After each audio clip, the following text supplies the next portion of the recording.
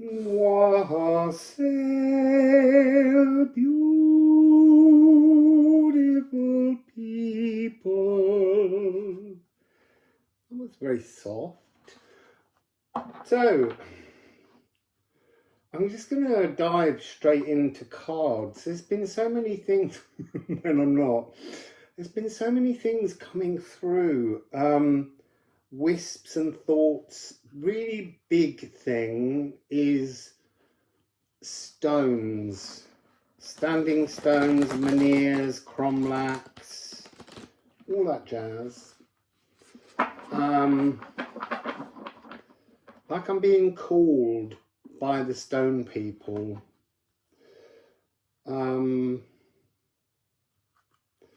So let's just see what comes. Some amazing things came through. It reminded me to dig out some of my old videos and watch them from when I was at the Stones to see if there are messages, because in a strange way this is like a journal for me. You know, I have a trail of, I don't know, 3-4 years of videos and messages. So the fact that I'm picking up stones, the stone people, and there are stones from the Neolithic people all over the world. Also this morning I got Temple of the Giants again in Gozo.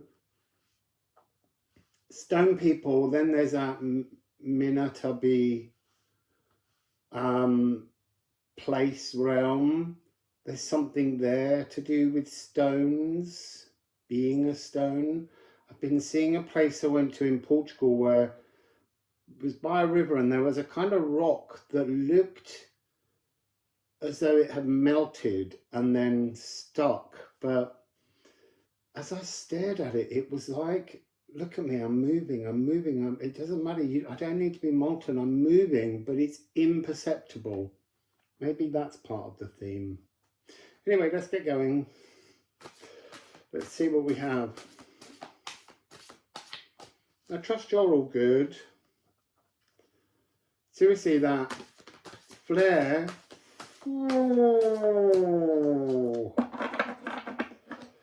So we have 2 Witchcraft. You see, this has been coming across as being a stone person being animated, coming to life. Coming to life. See, look, after this is about living a healed life. Very often people awaken to spiritual moments and then all of the rubbish comes up, and every time you deal with it, you let go of a bit more, and then more arises, and then it starts to get really ridiculous because you're like, oh, hang on a minute, I had a spiritual high, where's it gone? But there's something here about the point of choice at which you decide to just regrow. It's that energy again of like, we start to regrow, and the tower moment is when a sheep choose our new growth. And that's something which we allow the world around us to do. There comes a point where you have to sort of say, done now, ready to live an exciting life. It's 9/11, well, it's 11/9. So that's like the divineness of the world around us is what I'm getting. Let's go to the musical Alchemy of Astrology. I can't take those, it's too many, they just fell like a brick.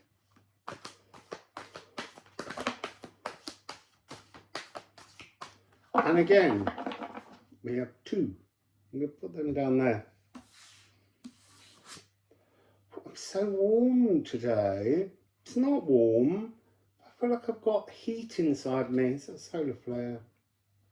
Sorry, series. The Water Planter and Vesta.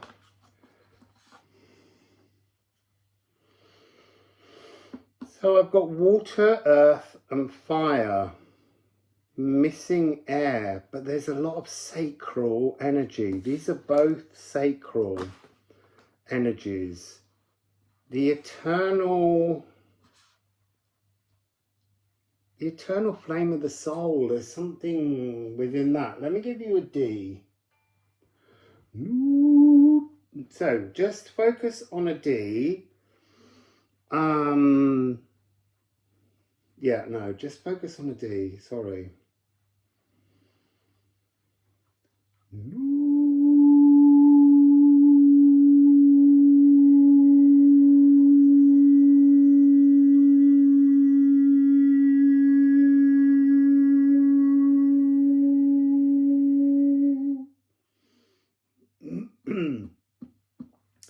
It's making the wood of the table vibrate through my hand.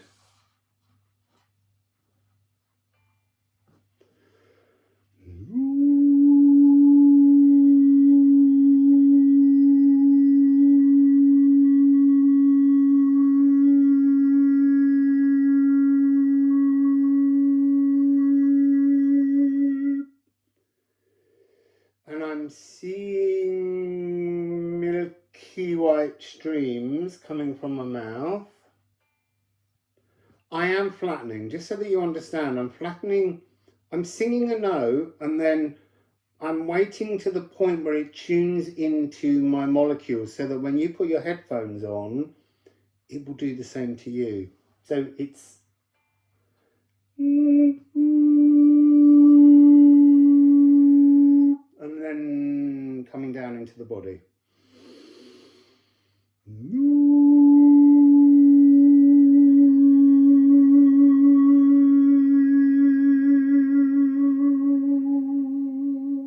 I'm also being told to sing F sharp.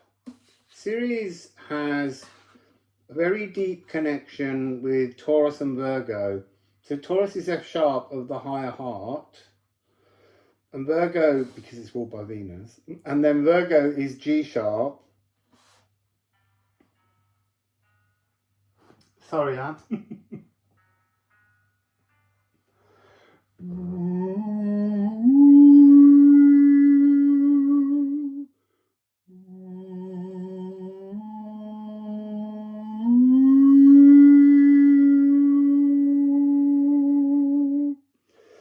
So that's your little sounds to get you in tune with the messages. What do I get here? I get this energy of being very, very still and observing.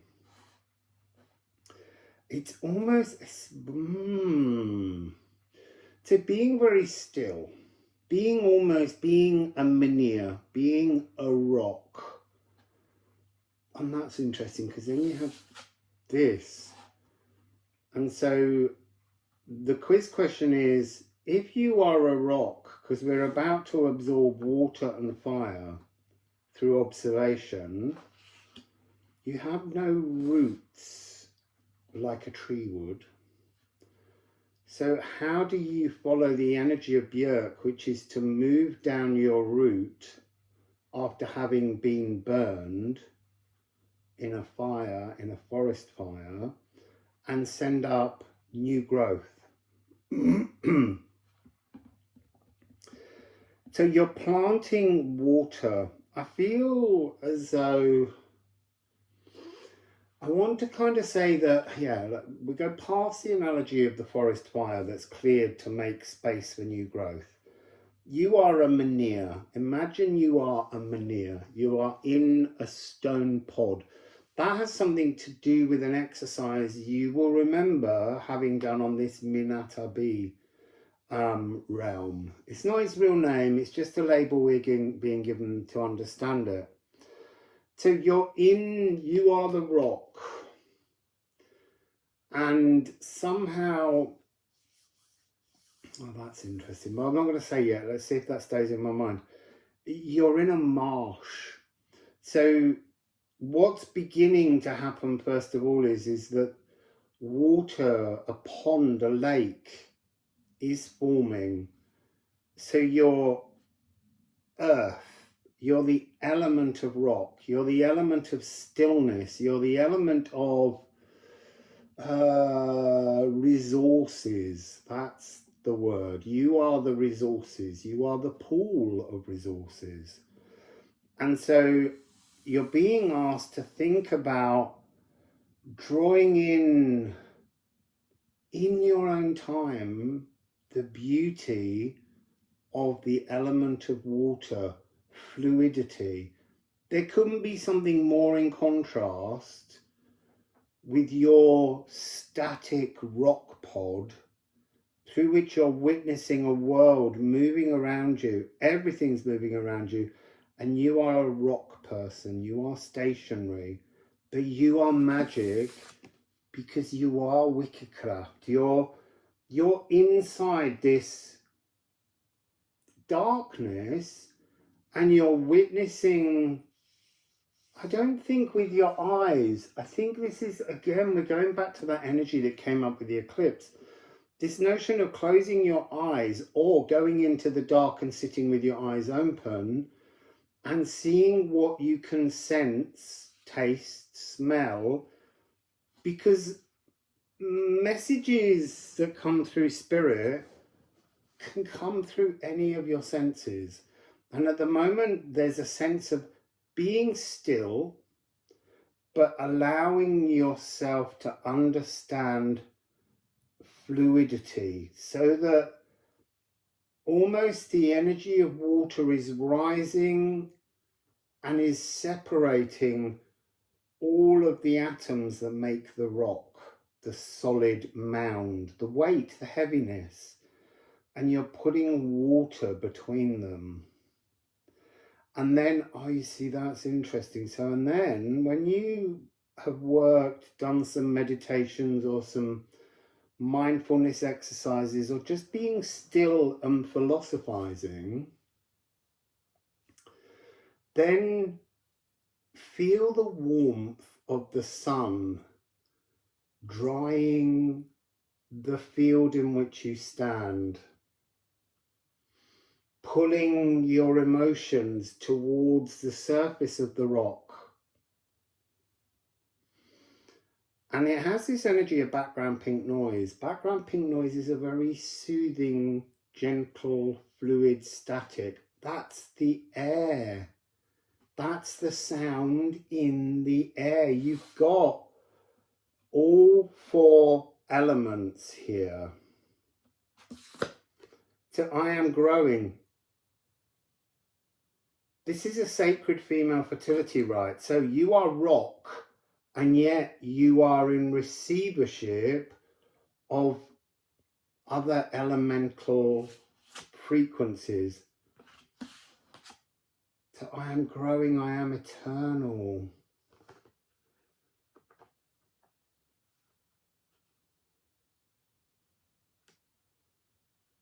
The endless luminiferous aether of passion. You are a rock. You're in your rock pod. It's primordial magic. It's an opportunity. And as you feel these emotions coming through to the surface, inside you, because of the heat, because of the sun, because of the energy of aether, you're beginning to hear in the background pink noise something to give you passion. It's just an exercise. That seems to be what you're being given. A sacral exercise that you practice your way. So I might just pull some ceramics today.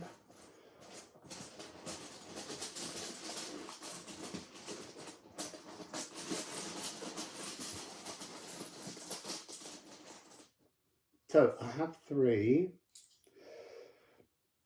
So we have Hell, the returning light. It's an exercise in returning your light to the world. But by sitting in your rock pod, you're contemplating the stillness and what you would like to be moving you, what you would like to flow through you to move you to your next growth and life path, living life. So this is a punctuation mark. What don't you need? So there's a part of this where you are a rock, but you're also in the ground. So the things that no longer serve you are beginning, because the water's moving through you and separating the molecules. The things that feel burdensome or overwhelming, they're kind of sliding down you, like a single drip that comes out of the surface of the rock, and it just slides down and goes into the ground. That's this energy here, Anwila, to understand how to turn the key or the wheel or the frequency that's been holding you heavy.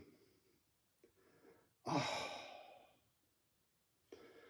And then we have Heimfereld. So Heimfereld is the energy of understanding the connectivity through our body of consciousness and the earth, and the symbiotic relationship, the lichen all over the rock that has grown. That's your interface to the world around you. But I've also been seeing east, the single stroke, consciousness to the earth. And then I've been seeing Tir, consciousness to the earth, the arrow pointing upwards. So I can do it like that. The arrow pointing upwards, but this remembrance to be truly at home is to recognize that you have to send your energy in two directions. There's something where there's a temptation to be ungrounded. There's a temptation to seek spiritual solace above. Spiritual solace is both below and above. It's in both directions. And you have to reach your energy. You have to allow the things that you no longer need to shed, to almost like to weep, just as trees weep sap. And that's an energy that has risen. Not everything that we come into contact with serves a great purpose for us or has any necessity in our life path. So this is about being in your rock pod and just philosophizing as to what you do and don't need to enact the spiritual living magic within you. So I'm going to leave that there. And I shall see you again tomorrow.